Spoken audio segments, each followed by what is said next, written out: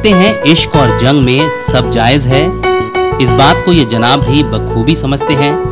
प्यार अपनी महबूबा से है और जंग सियासत के अखाड़े में लड़ रहे हैं। मोहब्बत की किताब पर तो नई इबारत लिख चुके हैं, अब यही पैगाम लेकर राजनीति के मैदान में उतरे हैं। इनके प्यार की दास्तां Guinness book of world record के पन्नों पर दर्ज होने की राह तक रही है। इसे इनके इश्क का जुनून कहें या फिर शौक, एक दो बार नहीं पूरे 6 दफा दूल्हा बनकर सेहरा अपने सर बांध चुके हैं।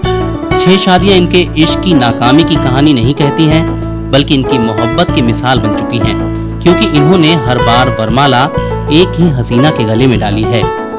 मैं लोगों को तो नहीं कहूँगा कि आप 6 बार शादी कीजिए, लेकिन मैं ये कहूँगा कि आपस में जो आपकी शादी हो चुकी है उसे मत तोड़िए।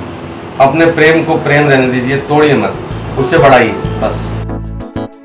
इनका नाम भी इनके काम और इनकी मुस्कुराहट की ही तर्ज पर हर्ष है।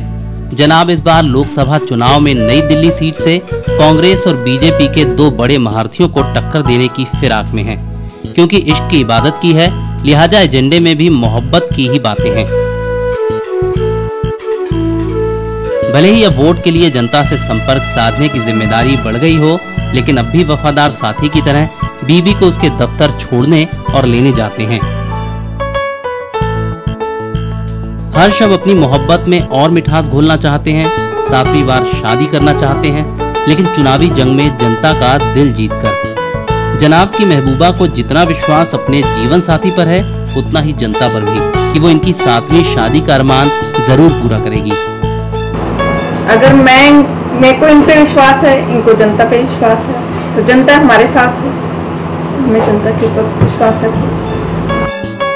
इश्क और सियासत के साथ चलने की कहानी सुनने में भले ही अच्छी लगती हो, लेकिन हकीकत में ये ऐसे 2 पहलू हैं जो हम सफर होकर भी साथ नहीं चलते।